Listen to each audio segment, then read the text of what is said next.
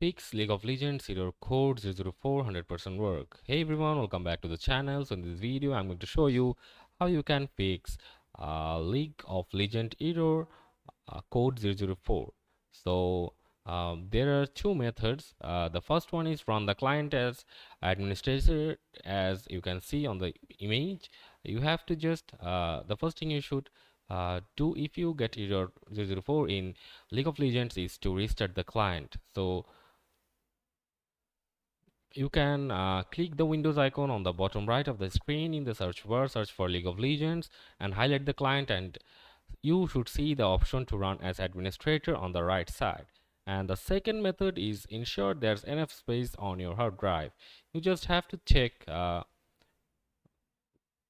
if your PCs or the hard drive you've installed the League of Legends game has enough space, and that's it. They are the two methods, and the last one method is delete League of Legends configurations file. So for that you have to press Windows plus E to open Windows Explorer and type Riot Games in the search box and open the folder. And after opening the folder, you have to double click on the League of Legends folder and open the config folder and locate the game.cfg file and delete it.